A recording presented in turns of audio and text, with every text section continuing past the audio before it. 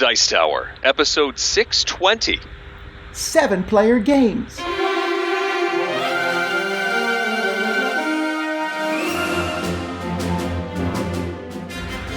I don't get this one. Entertain me, Tom, entertain me. You know, do you think it's like chic to say you don't like clowns these days? I think it's almost required to say you don't like clowns these days. Yeah, I think a lot of people don't like clowns because it's the in thing to not like clowns. Maybe, although I think there's plenty of actual trauma regarding clowns. Yeah, like only movies. No, I mean, there are some creepy clowns out there. Yeah, there's creepy clowns out there, but most people haven't run into them. They see a clown and they've been preconditioned by someone else that the clown is creepy, therefore they say it's creepy. So it's self-perpetuating is what you're saying. That is what I'm saying. All right. Folks, I'm Tom Vassell. Hi there, I'm Eric Summerer. This is not a psychology podcast about clownage. No, but it could be. It could be. It's about board games. And I have to say, I'm super excited about board games. If you're listening to this, now is the time to get ready for Dice Tower West. Wow. We're already getting ready for Dice Tower West? Well, registration. Registration's 1 week from, today when this podcast launches, which is Tuesday, August 27th. It goes live 6 p.m. Pacific Standard Time, 9 p.m. Eastern Standard Time. And It is going to be fantastic. We had a great time this year. Really looking forward to going to it again. Yeah, it was a blast. So I want to talk briefly about this. Today, I spent a good chunk of today and a good chunk of this week putting together the library. So at some point today, I realized we have over 1,000 games at this point. There's 990 in the library if you go check on Board Game Geek, but there's at least 30 games sitting on the counter that haven't been added to the library.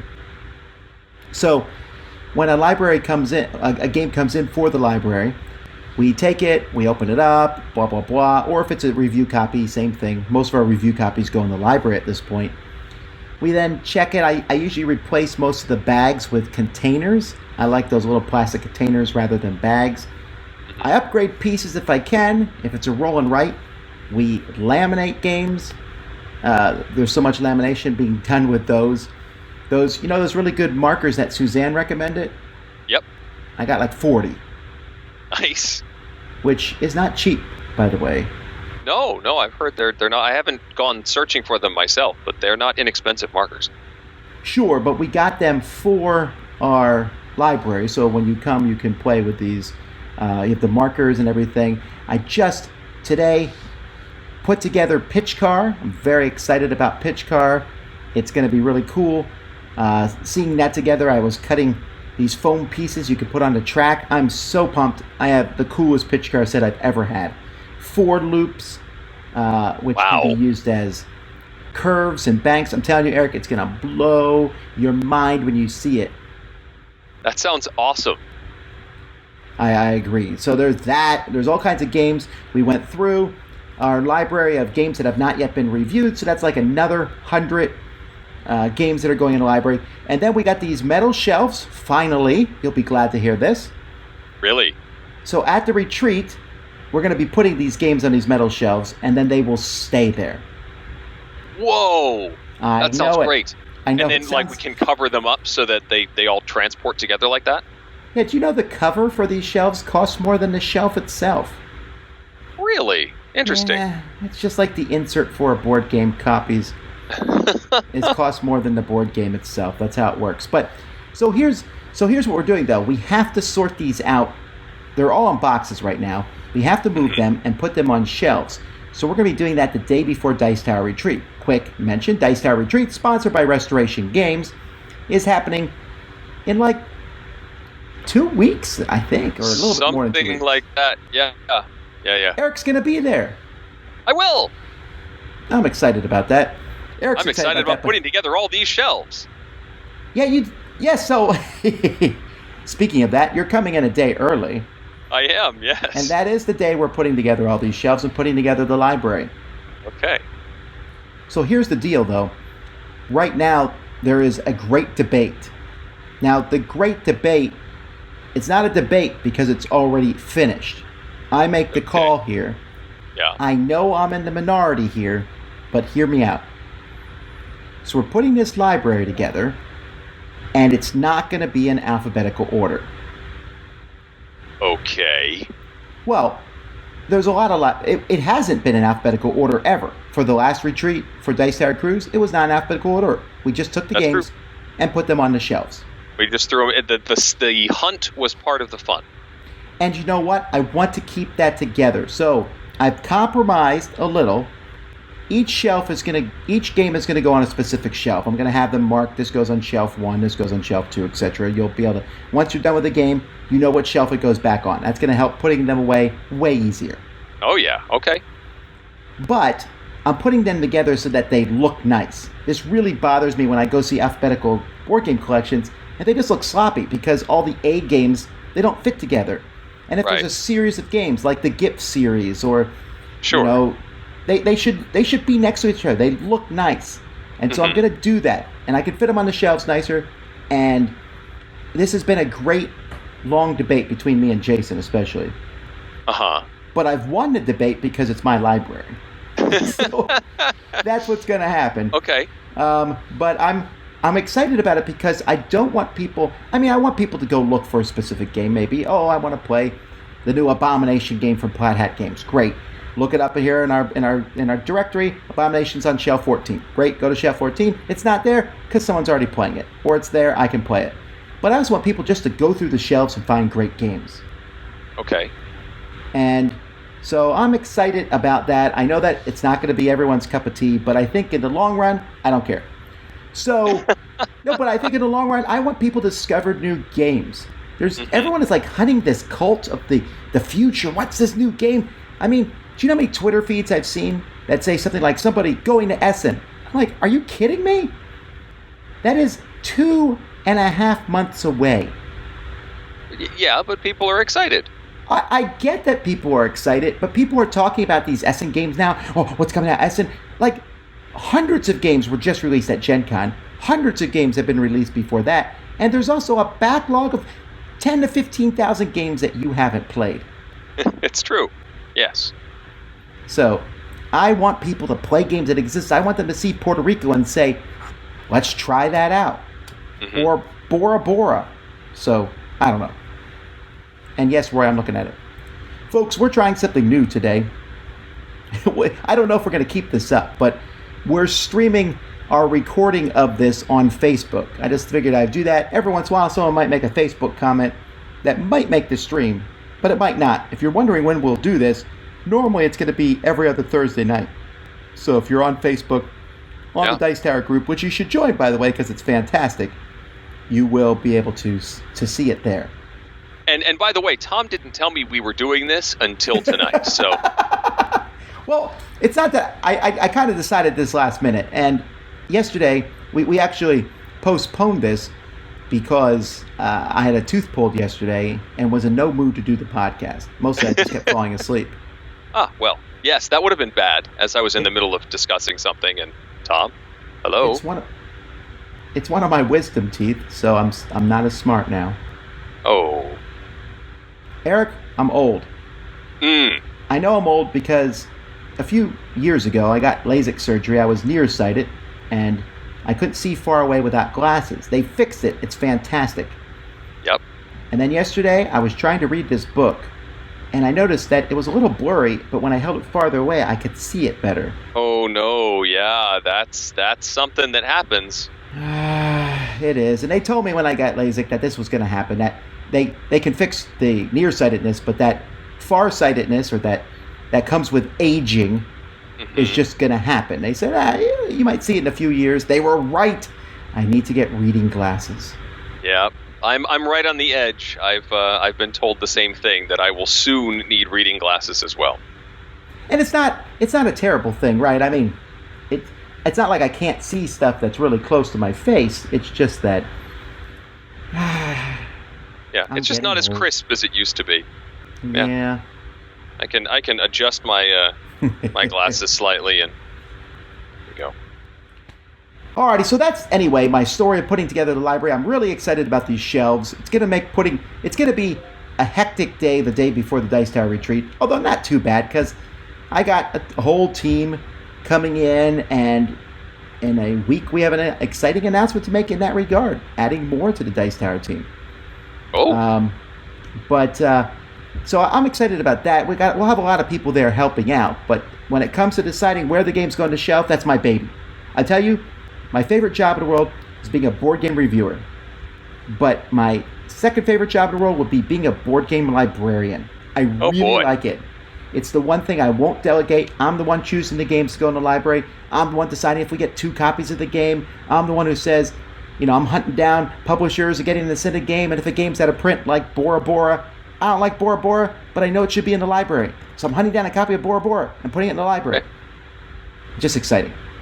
So on the day that we're unpacking this, the day before the retreat, are we just going to be bringing you games and you go, shelf 4, shelf 6?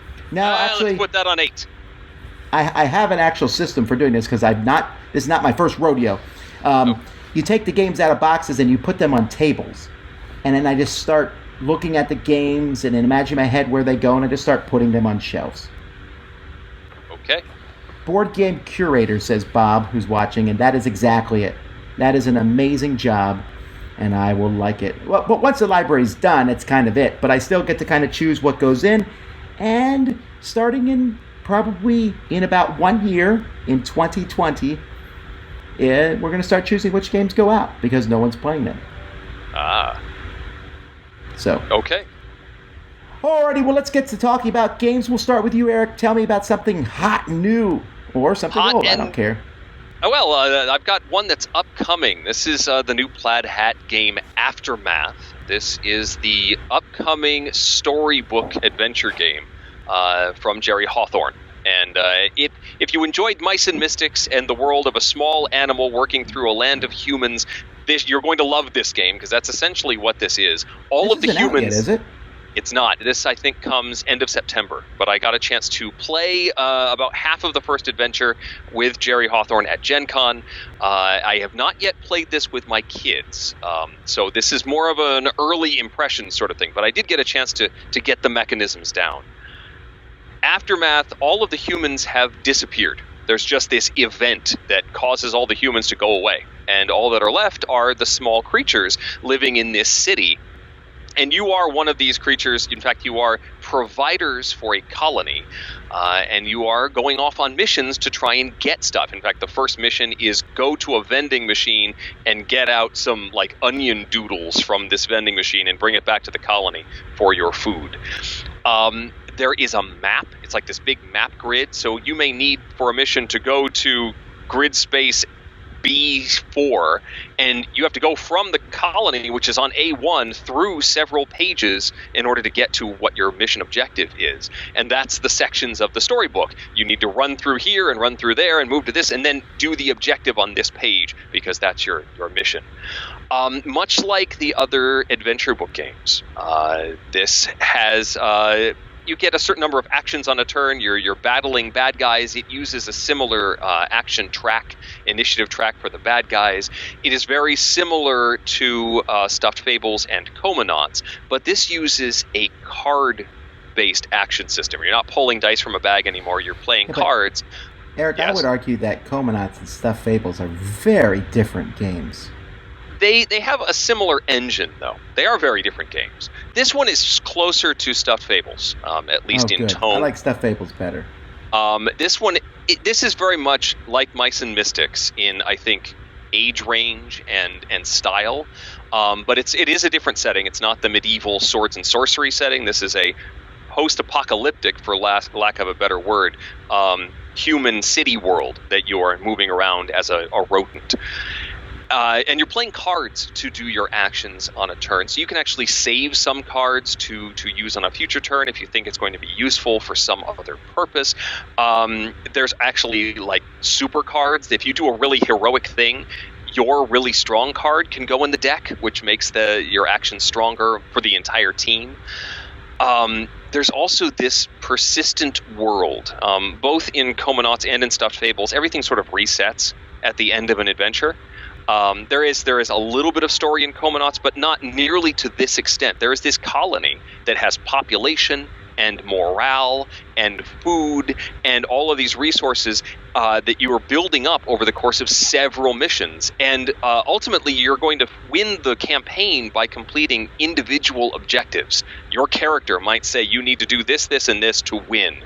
And once you've done that for all of your characters in your group, you've won the campaign, but you can keep playing more missions if there are more available for you to play. There's a chase system where you can run away from bad guys, but they can pursue you onto other pages of the book. There were circumstances in these previous games where you could get stuck on a space. Like, only if you knock out all the bad guys can you leave. Now you can leave, but the bad guys that you left behind may catch up to you at some point. And I really love the care that Jerry Hawthorne and his team have put into this. They made sure to call everybody providers instead of heroes, because that's the aesthetic they wanted. They wanted you to feel like you are providing for this colony. You're sort of this young provider who is on their first mission and trying to become a useful member of the colony. And all of the little twists and story beats that they've really perfected over these past several games. Your first mission takes you to a place called Enjo, and you find out that it's called Enjo because the vending machine used to say enjoy, but moss has grown over the Y, so they now call it Enjo. Little things like that I just adore. The production on this... V'ger. It's the V'ger thing all over again. There are tuck boxes for each character. There's stuff that there are events that happen at the end of each mission. If you take too long, the longer you take to complete the mission, the more nasty stuff is going to happen to the colony while you're gone. And you can then spend resources to build structures and facilities in the colony that will prevent those bad things from happening. At first, you're just going to get pounded in the first mission, but then you can build up structures to defend the colony better, which is also really cool. So, again, I'm just at the beginning of this. I have not introduced this to the kids yet, but I think this is a hit. This is, so far, my favorite of Jerry Hawthorne's games, and that's just scratching the surface. Aftermath, I'm very excited about. I'm excited too, I guess. I have not seen it much. I like the idea of it a lot, so I'm excited about that. I'm going to talk a little bit here about Pipeline. This is from Capstone Games, designed by Ryan Courtney. I know some people call this a Euro game, but I really think it's in the category of economic games. I don't know if you've seen this one, Eric, but it has like this network of pipes that are orange, silver, and blue. Yeah, I got to look at it, but I haven't had a chance to play it. Yeah, well, essentially it's an economic game. You're converting oil into... You're buying crude oil, refining it, and then selling it. That's essentially the whole point of the game, to have the most money. There's a few gold cards that you get extra money for various things, but essentially you need to buy low, sell high type deal. But the way you refine it is through a series of pipes, and so you're buying these pipe tiles and then building this spaghetti type network of pipes that are orange, blue, and silver, trying to form as long of lengths as you can of the different colors that you can then activate with your worker to run the crude oil through that you've bought at a market and make it to better oil, which you can then sell at another market or fulfill contracts. And that's it. That's basically, that sounds super simple. It's not quite that simple. There's 3 different markets to go to. There's upgrade cards that give you special abilities. You need to buy the pipes. You need to buy stuff to store the oil in. You can buy machines that will run your pipes automatically. And I like it. It's crunchy. It's heavy. The economic part, I like. The pipe layout part, I love. That's super exciting. And so, very, very neat game. I wasn't sure if I would like it, but the heavy Euro gamers in my group were not as big fans of it, so I was like, it's got to be good. But I think it's pretty neat. Capstone Games has fantastic production values, and I really like this one. So that's Pipeline by Ryan Courtney, Capstone Games. Cool. Next, I have another upcoming game that is available in German at the moment, but North Star Games is coming out with the new Wolfgang Warsch game, The Taverns of Tiefenthal. That's Tiefenthal. I mean, the guy is hot. Soul. And of course, everything that he does, everyone's going to be clamoring for. But I think this one deserves it. Taverns of Tiefenthal is a dice drafting deck building game. You've got a big old mat. You're running a tavern, and you're trying to get the best guests to come to your tavern. And you have this player mat made of cardboard and cardboard puzzle pieces. So you originally put them together, and they'll have costs on certain sections of them so that you can flip them over and make them more powerful. And you will be drafting dice in order to trigger actions on your mat. You'll roll all your dice, and you put it on like a little coaster, because it's a tavern. You put it on a coaster, and you'll take one of your dice and put it on your mat, and then pass all the remaining dice to the person on your left, and you'll get the dice from the person on your right. You continue until everybody has all of the dice. And then you can allocate those die results to different actions to get more cards for your deck, to get beer. No, you're getting currency. So you're getting beer and you're getting gold in order to get the cards that you'll buy at the end of the round. And you also, as you build your deck, you draw until you fill all of the seats in your tavern. So it's possible to get more seats in your tavern, to get cards that don't fill seats and just give you extra bonuses. So eventually you're drawing a good portion of your deck on any given round. And you're also spending gold to upgrade these little pieces of your board, which then allow each of those actions, those die allocations, to be stronger. It has a lot of levers to push. I mean, there's a lot of stuff that you can possibly do in this game, but I enjoyed it. It's fun to pull all those levers. I don't know if I've pulled all the right levers, but I liked it a lot, and I think for fans of Quedlinburg, this might be the similar game to the Quacks of Quedlinburg.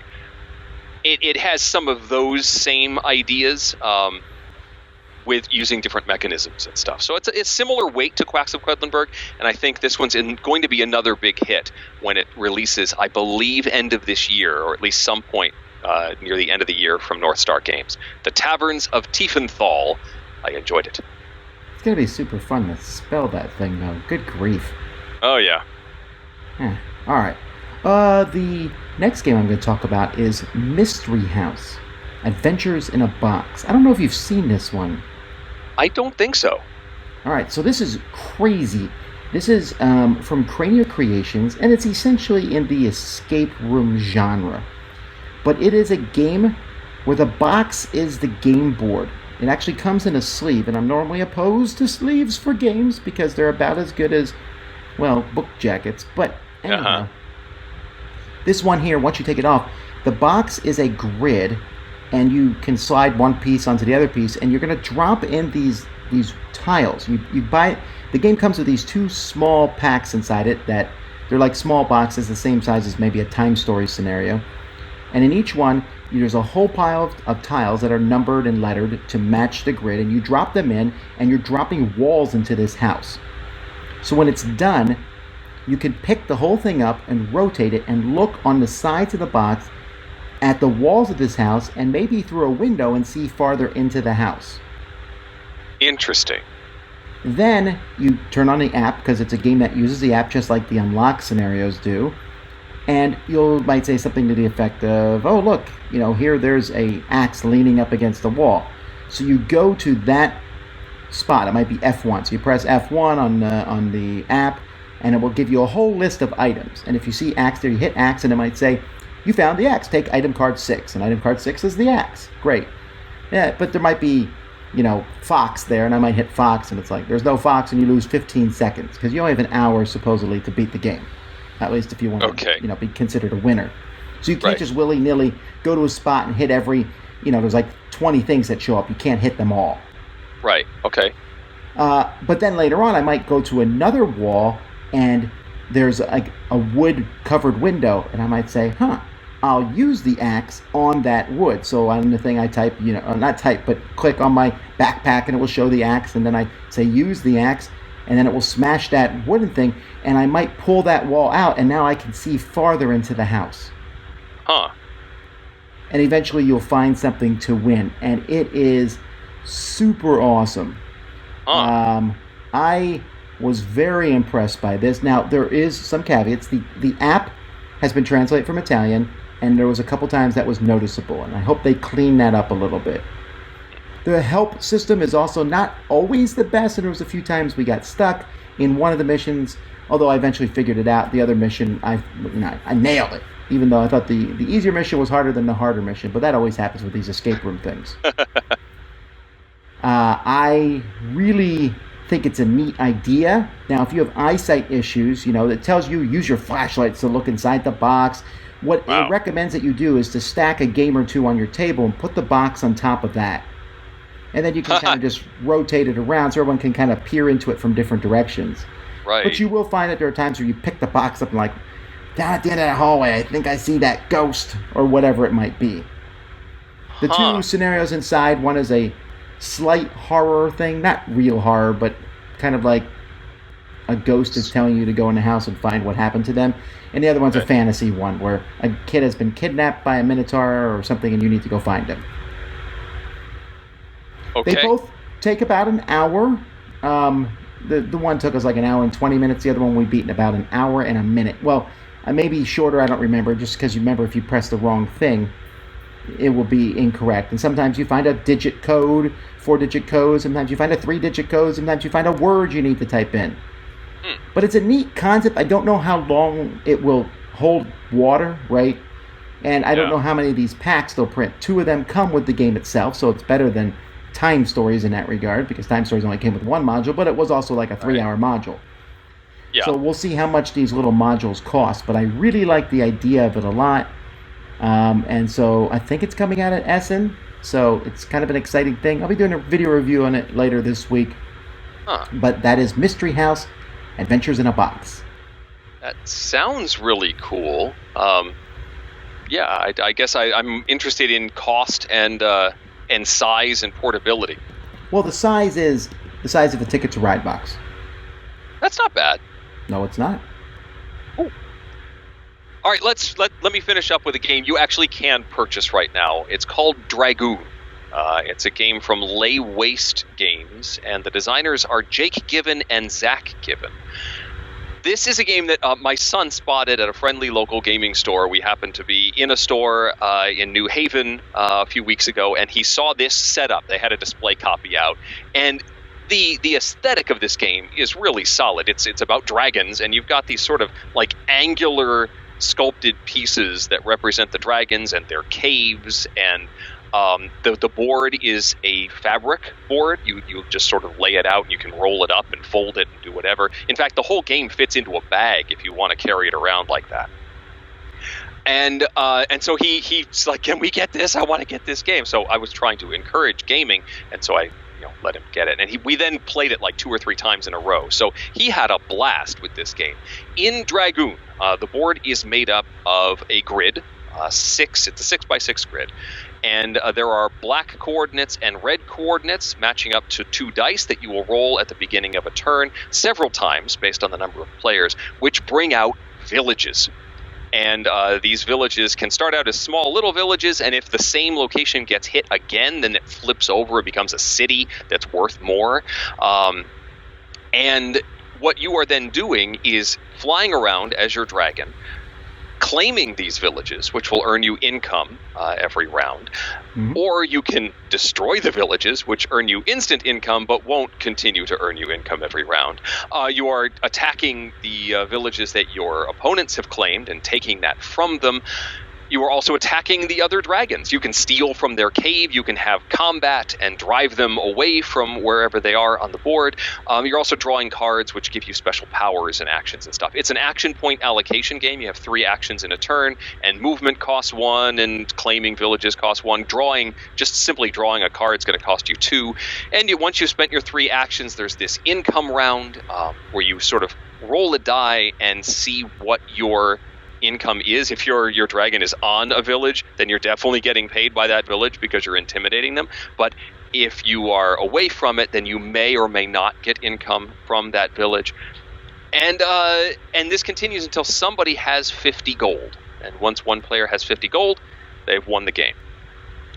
It's a little like whack-a-mole because these villages come up randomly, and so someone might be right next to a whole bunch of villages could show up right next to one dragon's cave, which makes it very easy for them to sort of defend those and hang out, and the other player may have to go really far to get their villages. But you're bringing out several on a turn, and so it tends to swing back the other direction pretty quickly. You never know what's going to pop up at the beginning of a round. And those cards are also very powerful. There are some that give you a little bit of a boost, but then there are others that you just like stomp and claim everybody around you. So that can make a huge swing in the course of the game. So I think I'm a little less enthusiastic about the whole thing than my son is. It's almost a little too random for me, but I do really appreciate the aesthetic of the game. I appreciate the speed of the game, and I love that my son adores the game. And so at Gen Con, I picked up the expansion to the game. There's like a trader and a barbarian or a rogue. It's 2 more pieces that you can play with. You can play different roles other than just the 4 dragons. So we'll be playing with that soon. And I'm glad I picked up Dragoon from Lay Waste Games. Well, I can't say anything now that you pulled the "my son likes it" card. I know. No, go ahead. I think I recall you mentioning this. We were near Lay Waste Games, and they were showing off Dragoon last Gen Con. They're super nice guys, and it's a really cool production, and the metal dragons are good. I think I have one sitting on my desk around here somewhere. There's a separate edition of the game. It's weird because it feels like a mass market style game. But gamers are playing it. It just seems weird to me because I feel like a lot of people would normally say it's a really bad game. But yet it certainly gets a lot of love, and I think it's maybe because of the metal dragons. Maybe. I mean, the basic edition has plastic dragons. It's a $50 edition with plastic dragons. It's a $90 edition if you want the metal dragons. I did not know that. Yeah, at least that's MSRP. Huh. Yep. Alrighty, well, now it's my turn to talk about a big, giant game called Clank Legacy Acquisitions Incorporated. Ooh, now you're doing the upcoming game. That's true. After my rant about that earlier. But whatever, I have it. What do you want me to do now? Play it? No, go ahead. Clank Legacy, 2 things about this. One, it's based on Acquisitions Incorporated, who, if you don't know, is the name of the D&D group, the Dungeons & Dragons group that PAX, the main folks who run PAX, play at all their conventions. They go to their conventions, right, and then they play this game live, and it's a hilarious affair. You can go watch YouTube videos of it if you want to. No, not safe for families, always. Okay, yeah. But it's a lot of fun. It's silliness, but mixed with Dungeons & Dragons. So this is the theme that they put on top of Clank, which didn't have a super serious theme to begin with. Right. So Clank Legacy, as far as I can tell, is a 10-game legacy game that when it's finished, you can then continue to play afterwards. I feel very confident that that's where the game's headed because rules mention, when a new rule's introduced, sometimes they'll say something like, if you're playing this after the campaign, this is how this works, blah, blah, blah. Cool. I also feel confident that after the campaign, you're going to have a nice, cool, fun, custom Clank game. Neat. But the experience of playing the game. Now, I've not played the whole thing through. Today we finished Game 4, which is weird because later on this week, our video will go live with our first impressions after Game 3. But right, okay. I said that and I'll say it now. So far, this is my favorite Legacy game. And wow. I know that's pretty strong praise considering how much I like Pandemic Legacy. But this one has, if you're like me and you like opening stuff up and adding stuff and reading new things, this has done more in 4 games than I think any other game has done in its total game. Okay. There is so much cool things in it. But it doesn't change. It's still, at least in the first 4 games, it's still Clank at its core. You're still trying to get in, get an artifact, and get out. Yep. There's just so many other things that can happen. we're excited because in the 5th game, we're going to a whole new board. So, Okay. I mean, it's on the other side of the board, but still, it's like a whole new thing. And there's new stuff to discover. And there's decisions in the game that really are bugging me because mostly we're playing a 3-player game, me, Roy, and Sam. Because Roy's the one making most of the decisions because he usually gets there before me, and he's making bad ones. And I feel like if he had made different decisions, something cooler might have happened. But I don't know because we made the decision and we're living with it. Yep. But I'm telling you, I love this. I mean, I liked Clank anyway. I think Clank is fantastic. But I am having so much fun with this. And we're also having fun because we're not, just jamming it down. We're playing a game a day at the most. Okay. So it's been a week and we played 4 games. That's still pretty much, right? But we're not. Yeah. When we play a game, it's 90 minutes to 2 hours. And that just feels really good, right? It feels that it's a good length for a game. There's a lot of cool things. Every game, there's a prologue and an epilogue for that introduces new mechanisms. It's not complex. It doesn't make the game complex. I'm pretty sure when we're done, we'll be able to play with all this stuff no problem. Mm-hmm. And there's ripping, lots of ripping actually, lots of stickering. There's 13 pages, 8.5 by 11 pages of stickers. Wow. I know. So. Okay. Scott, who's watching, says, do I bother buying base Clank or go straight to Legacy? I feel like you could go straight to Legacy. It's going to... If you're going to have the same group, I think you might not want to play it with different people for those first 10 games. But after that, does it justify the price point? I think it's like $100. That's a little more iffy, right? Okay. I think so. Because I'm going to get 20 hours out of just the campaign, right? Mm-hmm. And then I can play it afterwards. I don't know. And from what I can tell afterwards, there's a lot. It's going to feel like Clank with 1 or 2 expansions added in. That's what it feels like it's going to be at the end. And that's the same price point anyway. Super excited about this one. Yeah. Highly recommend it. Love it. That's Clank Legacy. That has me excited as well, although I might be in a boat where I'm not rushing to purchase this, because while I skipped Clank and went to Clank in Space, I don't know if we need another Clank version immediately, especially one that's a campaign, when we're already playing a bunch of campaign games. Like we just started Machikoro Legacy, which also allows you to finish the game and continue to play with your new custom copy, which is a trend I really like in these Legacy games. Yeah, I'm telling you, such a great experience. I've played many of these Legacy games now that I've not completely finished, but this one I will finish. In fact, if only by the fact that I got to work and do other things, that we don't just start another game and play it, each time. And Roy and Sam, I never have to say, guys, we're playing. They're like, oh, no. It's like, guys, we're playing, and they're already in the room waiting. Yes, and Roy's posting pictures on Facebook and everything. He's excited. Yes, he is. He is definitely the most excited about the game. He definitely wants to open up the new stuff, even more so than me. And he's also kicking us around the table in the game with excellent gameplay, which is a little annoying. But of the 4 games, he's won 2, Sam's won 1, and I have won 1. I will get him in the next game. I feel it. I feel it coming. Sure. We'll hear from you later on that one. Well, that was a lot of stuff jumping around here. It was. Let's jump to some questions. Let's spread some knowledge.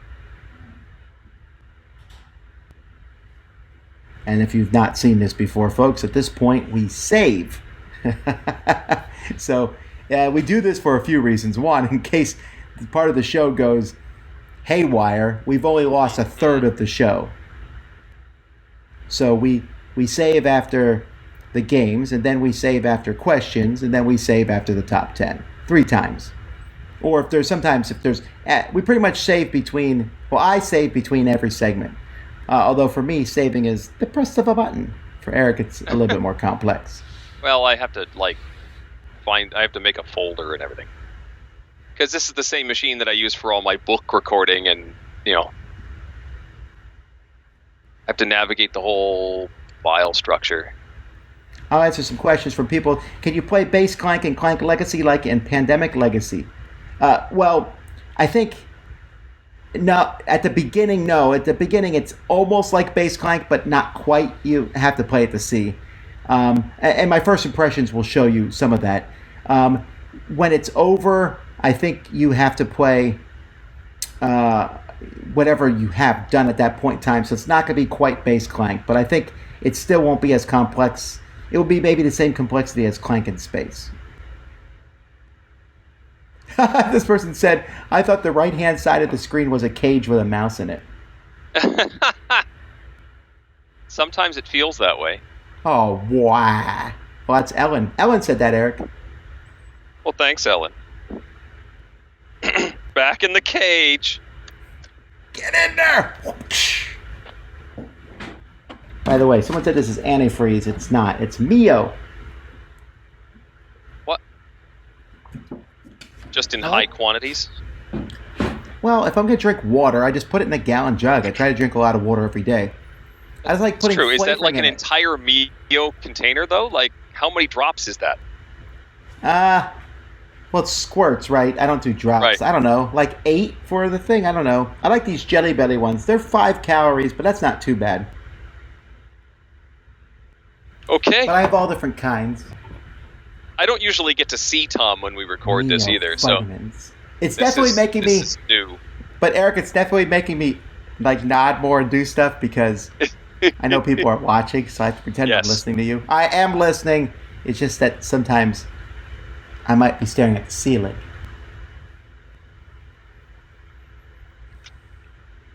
All right, you ready? I am. Who do you want to go first? I should go first since you're the one who does the intro. Sure. All right, Daniel says, I recently bought Marvel Legendary, and I knew before I bought it that it would be a hit with me and my group. I love deck builders and Marvel and co-ops, and I have 5 players, so I knew this one would be perfect, and it is. However, Daniel says, I was just wondering, what's a particular game that you knew would be perfect for you before purchase, and maybe what is one you really were sure of but fell short? See, I was trying to I looked at Daniel's question earlier and trying to think of one that I bought without playing that I thought would be perfect, and I think that's more rare. Splendor, maybe I had heard about and knew that was going to be a really big hit. But one that didn't work, last year's Magnificent Flying Machines, I was really excited about, with a whole pick up and deliver aspect and these cool planes that could take off and land, and that totally fell flat for me. So, but as far as the unseen hit, I can't think of one beyond Splendor. It's hard for me to know. There's been games I thought would be really cool and then they weren't. I don't know. The game that I was sure of that I would like was Pandemic Legacy, since we just talked about legacies. Yeah. Because Risk Legacy had blown my mind, like, what is this? And now you're adding it to a good game, Pandemic. It's got to be amazing. True. It has to be. I was so confident going into that one. But you hadn't played Pandemic before, so it wasn't, like, totally unknown. All right, fine. Then almost never does this happen nowadays because I'm very suspicious of games. Like, this looks really good, but we'll see. But I think it's good. I hope. Eric, skip the first question, next one, because it's one that's better for our Facebook group. Sure. John has a question about Battletech. I recently purchased the new Battletech, a game of armored combat starter set. While it does have an old school feel, dice rolling and lookup tables, it's been a blast to play and to create 2 to 3 person scenarios. With the new quick play rules, or modified standard rules, we can finish a game in about 2 hours. The game is 35 years old and the rules are largely unchanged from the start, so it must be doing something right. But any thoughts on how it continues to survive for 3.5 decades and yet never seems to be extremely or widely popular? Well, a couple things here. One, I think that a game's popularity is not always necessarily what you might see. Obviously, if the game has survived for this long, it's popular with at least a certain group of people. They just actually rebooted the whole thing, and came out with new sets, and they're constantly doing that. And I know that there's a very hardcore set of people who enjoy them. But secondly, I think that the publishers themselves, Randall Bills and Lauren Coleman actually wrote several of the novels in the Battletech universe. Something I should have researched before I met him the first time several years ago. But I digress. The fact is that these guys love Battletech. They love it. And so they're going to work on it and do their best to make Battletech amazing. And they're keeping it in print, maybe by sheer force of will to some degree. But their enthusiasm goes over, and I don't know that they care if there's huge amounts of fans who are playing the game. They're glad that some are. And it's certainly enough that they're making money on it. I think if they were just hemorrhaging cash, that would stop. So they're making enough to keep it going. Yeah, so again, I just think they're very popular in that regard. Preston says, why does it feel, he's piggybacking on a question from 607, which for the life of me, I would never remember what it is. But why does it feel like the board game industry is somewhat disorganized? He says other entertainment options such as movies or video games announce a release date and generally stick to it. Movies, yes.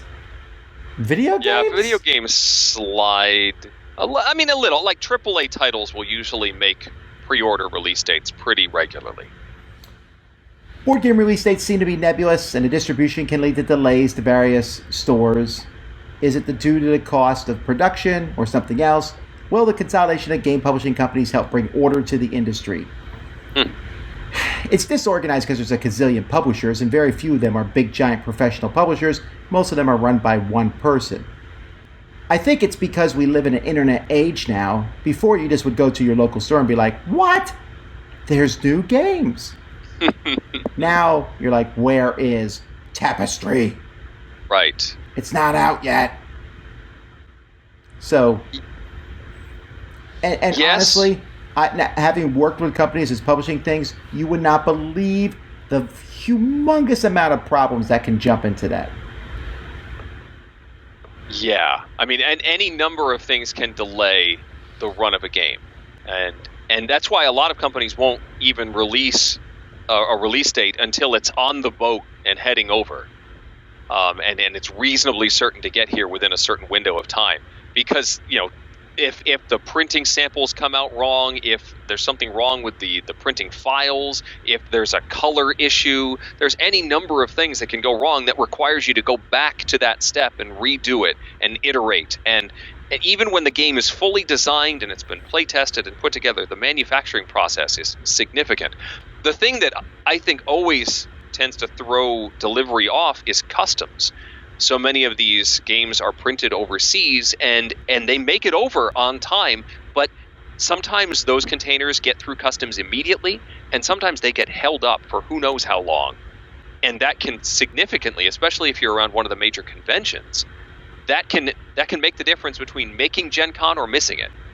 And that can play a big role in how that game releases. So he says here then on us, and by the way, one of our viewers, Michael, says movies also change based on when tentpole movies are scheduled. But right. I think it's fair to say that if a movie's coming out, when they announce the next Avengers movie, it comes out that day. They might move it, but it's a rarer thing. It is very rare that a movie pushes back, and it's usually not. It usually happens with a certain amount of lead time. Like, they know that the movie's not going to be ready by release day, and so they'll quietly shift it over a couple months, or just send it straight to video.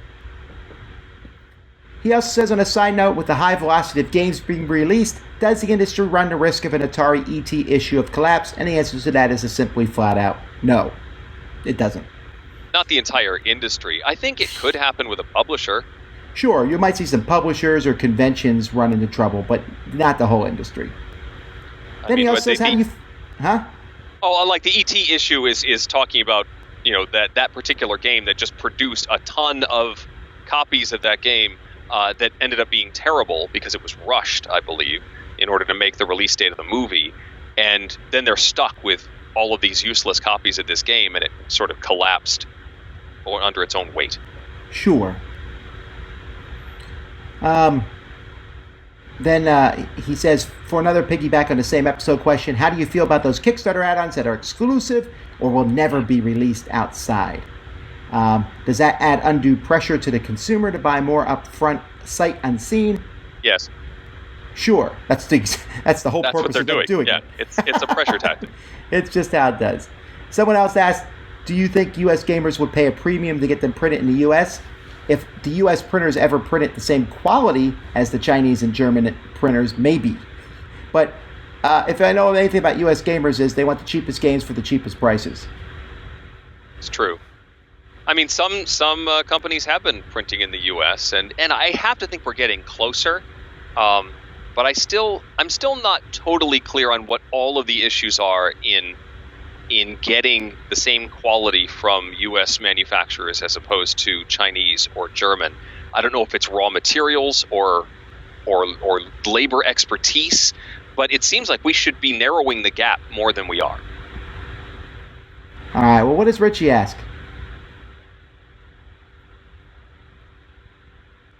Richie is hoping that... so here's a situation, something that Richie encountered last game night.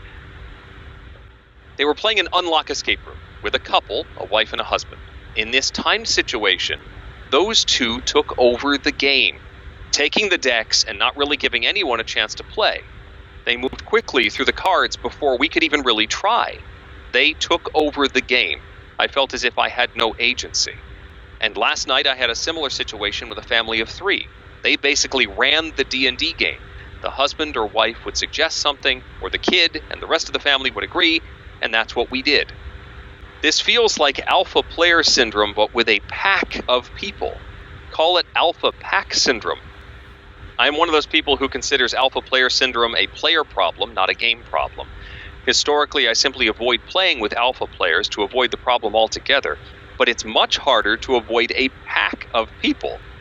I'm considering dropping out of the D&D game because of alpha pack syndrome. They are all my friends, but I don't feel like I can bring up this problem, or at least I don't know how to. I think this is a function. Yeah, this is a function of these players being so comfortable with each other that I think they forget there are other people in the room. Yeah, I don't know that this is necessarily... Like, the alpha gamer is often a very selfish thing. That person wants to be... They know the right way to do it. Shut up and listen to them. The alpha pack thing, and this is interesting, I think we're going to call it now, Richie has coined a new term, is not so much on the alpha pack, but it's on that one person who doesn't speak up. Now, yes, the pack needs to realize that there's that other person there. And this is something for me where I need to remember and say, hey, you know, Susan hasn't said anything for a while, or Bob hasn't said anything for a while. Hey, Bob, what do you think? You know, that's... Yeah. If you're part of this and you realize that someone's being left out, you need to involve them. If you're the person being left out, I really think you got to say something if it's not happening. Or just jump in more often, you know. Yeah. It's definitely harder, though, right? And I think that I would imagine most of these people don't realize they're even doing it. I think it's more of a not realizing than a conscious decision on their part. I think it's worth mentioning before the next session, just to say, hey, you know, I just want to let you know that the last time we played, you guys were sort of jumping ahead and I didn't get a chance to really get input. I just want to make sure that the whole group is moving forward together as a group. It might be worth doing that. We did an escape room, real life escape room, not too long ago that we didn't have the entire room to ourselves. We got thrown together with another family. So it was my family of 4 and another family of 3. And there was definitely a sense that like they had never done one before. And my son was jumping forward pretty quickly, doing stuff. And I had to like consciously say, all right, slow down. Let's make sure everybody knows what's going on. Did you agree with us going with this solution? You know, checking in with the other family to make sure that they were still having fun and that we weren't steamrolling them just because we had done more of these. And I think we did okay, but it required, you know, having that quick check-in and saying, you know, do you understand why we got this solution? What do you think about this situation? Here's some stuff. Why don't you guys look at this real quick and maybe you can come up with a solution. It just required a little more checking in with the group. All right, we got 2 questions here from Raphael. First is, do you give funny names for game components? My wife and I love doing these, usually for the first player marker. Matt Damon for Terraforming Mars. Cheese for the Provost, because provolone cheese. Oh yeah, that makes sense. I call the iron in Monopoly a hovercraft. I call the whatever they're called in. This is very helpful. What's that game that you like and I don't, where you can make a connection of things across the table? Attica. Whatever they're called, I call them carrots. Oh yeah, the amphoras. Absolutely. They're carrots. Yeah. No one in their right mind thinks it's anything but a carrot. Yeah, they look like carrots. It just usually will happen because someone at the table will play, we'll call it something by the wrong name. You're like, that's not the name. Yeah. But everyone calls it by that the rest of eternity. Yes. The original version of Cartagena, the art of the pirate hat, if you look at it a little funny, it looks like pirate underoos. It looks like underwear. Just because of the perspective of the hat. I think they changed that in more recent printings, though. So we always call it pirate underoos when we play Cartagena. He also says, any opinions on bringing games to the workplace, but like using games as team building, training, in other ways. Although I think it's funny, he said, Cards Against Humanity will definitely lead you to a nice talk with HR. That it will. Probably. Yes. But You'd be surprised. Like, occasionally people forget that. And they're just like, here's a fun game. Let's do this for our game night. Not even realizing what they're bringing to work. Yes. In short, I think it's a great idea. But you got to make sure that A, the game fits for these people. B, people might have a harder time with it than you might think. And so you need to modify it to work with the group. Yeah. I mean, often what we think of as gateway games may be more advanced for the uninitiated. Mr. T! I didn't know he listened to the show. Fool. Mr. T in Portland says, I recently played a 3-player game of Carpe Diem, which caused quite a stir in me. What happened was that a player built their villa in such a way that they needed a tile with multiple faces to finish it in the last round. However, there are only single-edged style, ergo caps, buildings and tiles in round 4. Basically, he could not, the tile that they needed was not in the game. It was quite large, a 10-plus chimney at the time, and had he finished it, he would have won the game. My question is, am I obligated to say something to that player if I see him building towards something I know they can never finish? I could see reminding new players of the makeup of the tiles in the last round, but should there be leniency for players who have played before? In a game like Seven Wonders, when playing with experienced players, am I the bad guy for not reminding my neighbor that there are no brown or gray cards in the final age, and that if they need that 4th stone for their wonder, they better get it before then? Obviously, there is a difference between new and experienced players, but how much should knowing the makeup of tiles, like in Carpe Diem or Carcassonne, or decks, Seven Wonders, be put on the players? So the question is, should you point out gently to people, hey, that's a bad strategy? Most certainly, like, if you do that, you're never going to be able to finish it. Carcassonne's a good example of that. Right. Like, there is not a tile that does what you're trying to do there. Well, it depends on the player, right? If it's a first-time player, like Bob, who's watching, says no leniency for veteran players. I agree on that. Well, no leniency for veteran players of that game. Right, and like, how long has it been since they last played that game? Because that, knowing in Seven Wonders that there are no gray and brown cards, I might not remember that. I haven't played Seven Wonders in a while. And that might be something that I always like to, maybe in the previous round, just say, reminder that it's mostly purple cards. There are no brown or gray cards in the last age, just in case you forgot. I like to point this sort of thing out. If I see somebody building toward it, although I probably wouldn't say anything until we were already in the last age. And I'd probably go, wow, that's cool. You know that there aren't any more tiles that do that. So that they're at least not looking for it. It depends on the player. So in Twilight Struggle, there's a card in the game that basically kicks out the communist player out of Japan and solidifies Japan for the allies in the early game. You can take it over later, but it's probably going to... So if I see a new player starting to try to take over Japan, I might point out and say, you know this card exists. I feel like that's just nice. Yeah. But it's not a new player. I guess that's the real question that Mr. T is asking. Oh, if it's an experienced player, I don't know. I know. How are they as familiar with it as you are? But maybe they just don't. It also depends on how much do you care about the game. No, I mean, do you care that much? It's not that big of a deal. So if I make a mistake in a game and I end up losing because I didn't know something, life goes on. It's true. Yeah. Well, that's it. Mr. T has finished off our questions. Let's jump to the top 10.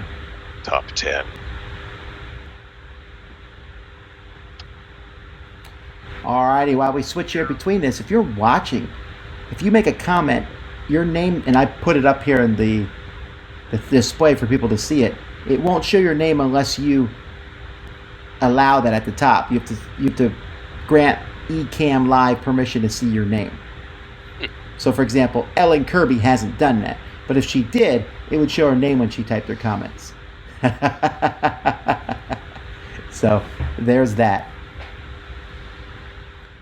This is really a cool program. I really like it. We're going to be using it for all our Q&As from now on. Yeah, Tom's going to teach me how to use it for Dice Tower tonight. That's correct. It's just a smooth, simple program. Sorry, I just kicked the camera. Ugh. Yes, Eric is free again. Free at last. I'm not usually set up to do video in here. That's why it's kind of weird.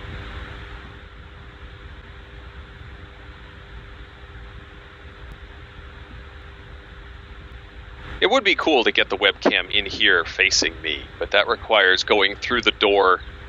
There are cable runs that can get in here, but then I wouldn't have the webcam for Dice Tower tonight, so I don't know. It's complicated, Tom. I agree. I am rolling. Alrighty. Then, so, 'tis I. That actually doesn't make sense. Anyway.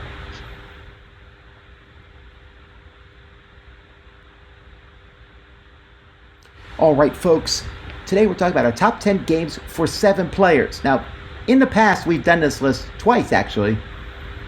Once it was for 7+ players, and then the other time it was for 7 players. So I'm doing 7 players. Now, Eric, I also tried to go with 7 players specifically, so games that are really good with 7, and not just games that are good with a bunch of players. But I'm sure I blended a little bit in there too. What's my pat answer for this, Eric? Your pat answer? There's 7 players, and they say, what should we play? You split up.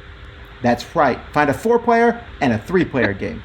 Yes. You have more options that way, at least. I mean, you really do.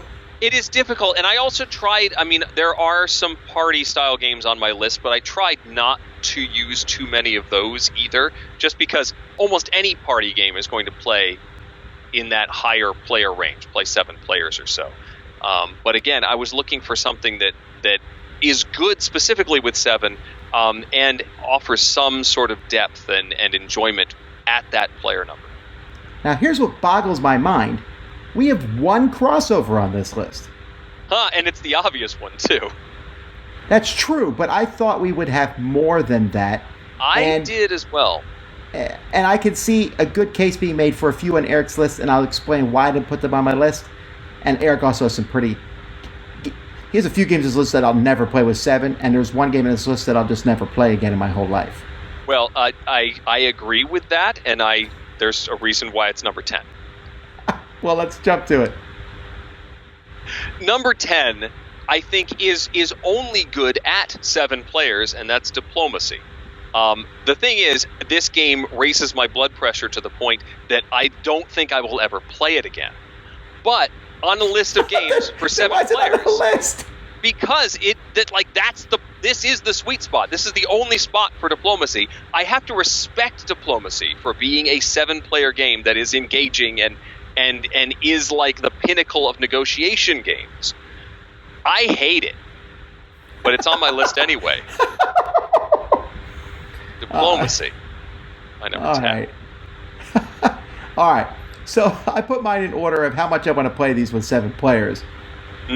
So my number 7, and someone actually called this, but it's the case, is Kevrah. Now, I thought that 7-player Kevrah would be ridiculously huge and big, and it is that, but it's not unplayable. Now, granted, I would prefer to play Kevrah with 4 or 5 people, or 3, or 2. It works great with all those numbers. 6 and 7 starts pushing the limits, but it's not horrible at 7. It actually works, and there's very few games that will do that. So Kevrah is my number 10. Number 9 is Escape from the Aliens in Outer Space, a game that I think benefits from having a lot of moving pieces around the board to increase the chaos and the carnage. You're running from aliens, or you are aliens and trying to eat the humans for lunch. And lots of both make it fun. Escape from the Aliens in Outer Space, number 9. This is a good one. I considered this one for sure. I thought maybe I like it with 6, but 7 works fine. My number 9. So I got the number 7 in my head. My number 9 is higher on Eric's list, so we'll get to it later because he's all the way on the other side of the table. Number 8 is Bonanza, the bean trading game that does 7 is its maximum player count, and it does change the game a little bit. You're drawing more cards and cycling through the deck at different rates, but I do think Bonanza scales well in the various player counts because you remove certain beans and add others in, and they really did carefully craft it to play with different player counts. But more trading opportunities are why Bonanza is great at 7. You have more people to talk to. There's usually 2 people arguing for the same bean. I really hate when you're like, who wants this? And everyone's just quiet. It's crickets. But usually there are more than one person that want a particular bean when you flip it up, and so you get a lot more negotiation, offering more stuff from their hands. It seems to be a more lively game at 7, so that's why Bonanza is my number 8. I think Bonanza's too long at 7, honestly. My number 7. Now, there's a lot of party games that I did not put on this list because it's number 8. You're at number 8 again because you keep saying 7. Did I say 7 again? You said 7 again. We're at 8. Well, next time I'll get it right. Yes. I haven't put many party games on here because a lot of people have been mentioning certain party games, but I think a lot of party games you want to split up into even teams, and so 7 always feels kind of weird to do that with. But anyhow, my number 8 is Concept, because this is one person they're putting cubes on a board, they're answering 20 questions, kind of sort of like putting cubes on this board, trying to get everyone to figure out what this concept that they're trying to think of is. They're placing stuff everywhere, all over the place, and everyone else is trying to guess. And 7 works really well for this, so I'll say Concept. I like Concept too. That's a good choice. My number 7 is Scythe, which you need the expansion to play 7 players and get all of the different corners. I just think it's epic to get everybody playing at once and coming in from all directions, and I like Scythe a lot, and so it's got to be good with 7. I like Scythe too, but not with 7. It's too many. More sides, more better. I'm starting to smell a rat here. When's the last time you played this with 7 players? I haven't played it with 7 players. I just really like Scythe, and it plays 7 players. Nonsense I'm hearing. All right. My number 7 is a fantastic older game from Days of Wonder called Shadows over Camelot. This has been on my list last time too. It's one of the go-tos for me in this regard. You got 7 people playing one of the original cooperative games with a traitor, King Arthur and his Knights. I like it. It's so cool. It plays quickly. Everyone's involved the whole time, accusing people of being the traitor. There are many good games in this social deduction. This is one of my favorites, Shadows over Camelot. Shadows is a great game, great choice. This was my early teens, I think. It just barely missed the list, but I like it a lot. Number 6 is Bang, and I'm going with the card game, although the dice game seems to be eclipsing it in many ways. But I still like the classic nature of the card game, and I think 7 is the max. At least with the base game. If you add in some expansions, you can add a few players. But getting the full complement of all the different roles with several outlaws and a renegade and 2 deputies, it is a blast trying to figure out who to shoot, who's got what horse, what weapon you can acquire, and who is the dangerous one at the table. I love Bang. Number 6. I like Bang too, but it's too long with 7 players. 7 is the right number, though. But, My number 6 is Cash and Guns, which is like Bang, but funner. Because everyone is shooting each other. 7 makes a nice odd number, which I don't know, just works well for the game.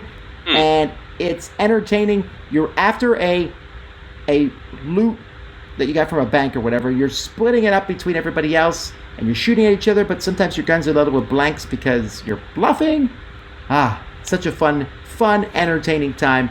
Works well with big counts of players. 7 is beautiful. Cash and Guns. My number 6.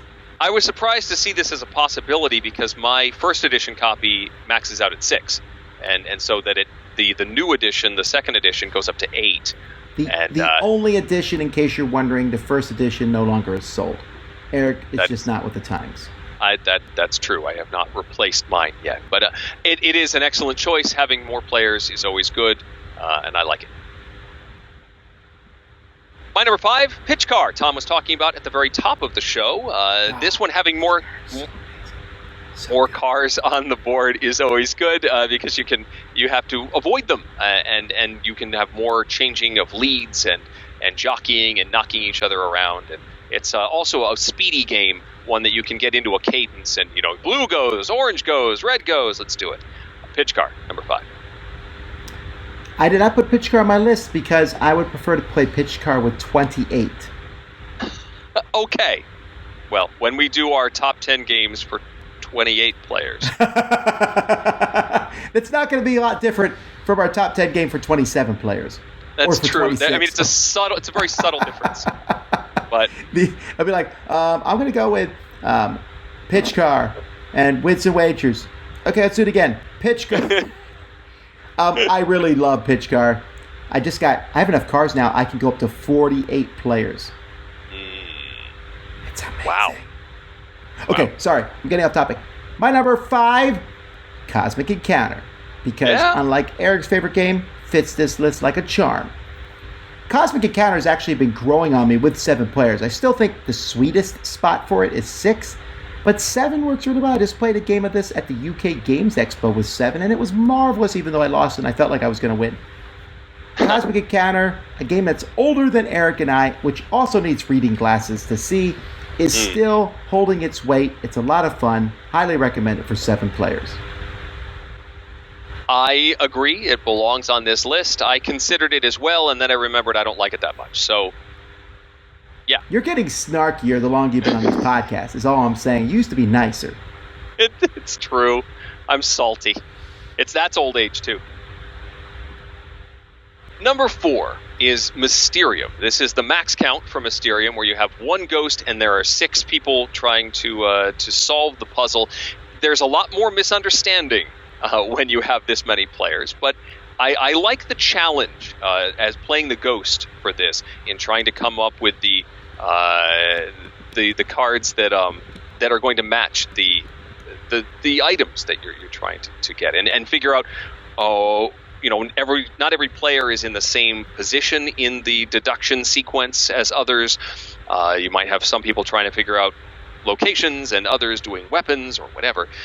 And I like trying to find the right dream that fits everybody. So having the full table, 6 and 1 ghost for Mysterium, is a blast. That's my number 4. My number 4 is another party game. This is another one that works well with odd numbers of players, and that's Spyfall. Spyfall is a game where you're tossing questions back and forth, trying to figure out who the spy is and how that person somehow doesn't know the location everybody's at. We're at the beach. I ask Eric, "What's the air like here?" Eric says, "Stale." I know Eric is now the traitor. What if it's because there's a rotting fish on the beach? Well, then I realize Eric's from Connecticut and doesn't know what good beaches are like. That's true. So no, it's a hilariously fun game. Lots cool stuff going on in this, and it works really well with 7. 7 is one of my favorite numbers to play this with, and that's why it's higher than Cosmic Encounter, which of course is one of my favorite games. I'm trying to pick the game I would pick if I had 7 players, and that's Spyfall, number 4. So why do you think this works better with an odd number? I don't know that it works better with an odd number, but we're not doing top 10 games for 8 players, are we? No, we're not. I So considered maybe- Spyfall as well. I think this may be 11. I really like Spyfall. My number 3 is Robo Rally, the game with the robots. You're shooting each other, you're pushing each other, you're getting on conveyor belts. Sam Healy likes to complain about this, where his plans get ruined by somebody pushing around. That's the point. That is what makes this game fun. And having more bots on the board is always a plus for Robo Rally. I do believe, however, that the new edition of Robo Rally, the new version, only does 6. I think you have to be playing one of the more classic editions, the Avalon Hill or back, to play Robo Rally at 7, but I still like having more bots on the board, which is why it's my number 3. My number 3 is Deception, Murder in Hong Kong. This is just such a good game. It's, again, another party game, but this one works well because with 7, you got like a full complement of players. There's a murderer and an accomplice and somebody who knows who they are. It just is an entertaining thing all around, and I love this game. If you guys haven't played Deception, Murder in Hong Kong, you're missing out on one of the best party games ever made. Highly recommend it. My number 3. I do enjoy that one as well. I've only played it a couple of times. In fact, just with you, Tom. So this one hasn't really got its claws into me, which is why it didn't make the list. But I did enjoy the couple times we played. Number 2 is the obvious choice that was also on Tom's list in the number 9 slot. That is Seven Wonders. If you're a 7-player game, 7 Wonders. What I like about 7 Wonders is that it doesn't appreciably increase in time, even if you have the full complement of 7. If you're playing a 4-player game versus a 7-player game, it still moves at close to the same speed. You're really only concerned with the players to your left and your right as far as what you can trade and what your military strength is. And so you can still you still have to watch the guy across the table if they're getting like all the science cards and maybe not let that happen as much.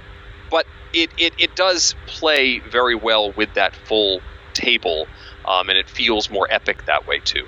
I like it at 7. 7 Wonders, number 2. It's really good. The fact is that the number of players does not matter in 7 Wonders that much. I mean, it affects drafting a little bit, but just, I don't know, a full complement of 7 players for a game that has this much going on, highly recommend it.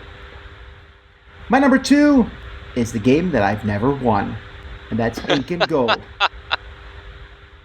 No, I really don't think I've ever won it. Interesting. I don't know why.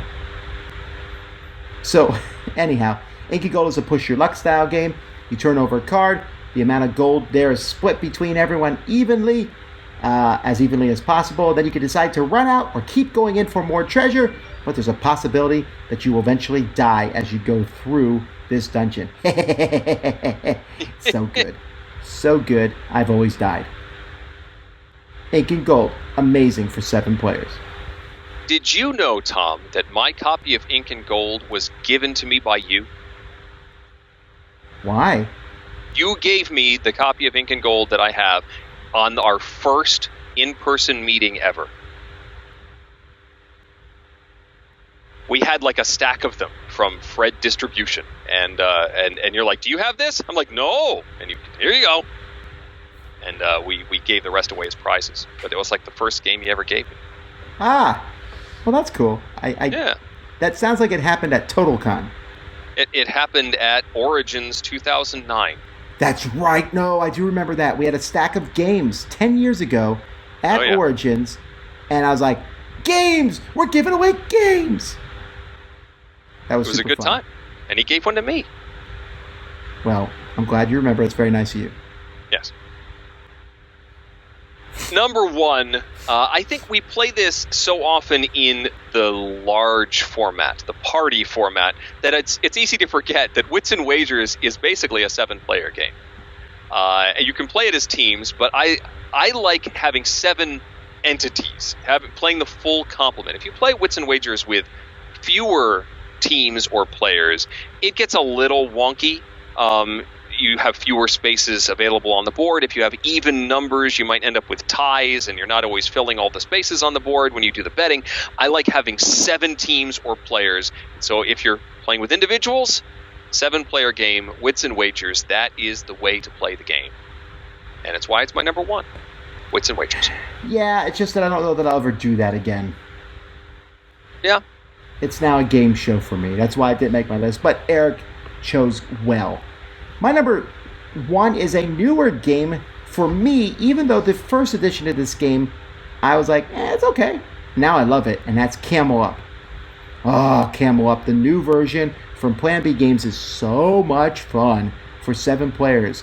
Just as you're all sitting there betting on camels, and with 7 players you can kind of like piggyback and join someone else on their bet on a camel, and it's so entertaining, and then you use this pyramid and drop the dice out, and the camels go in random orders and sometimes backwards, and it's so fun. So fun.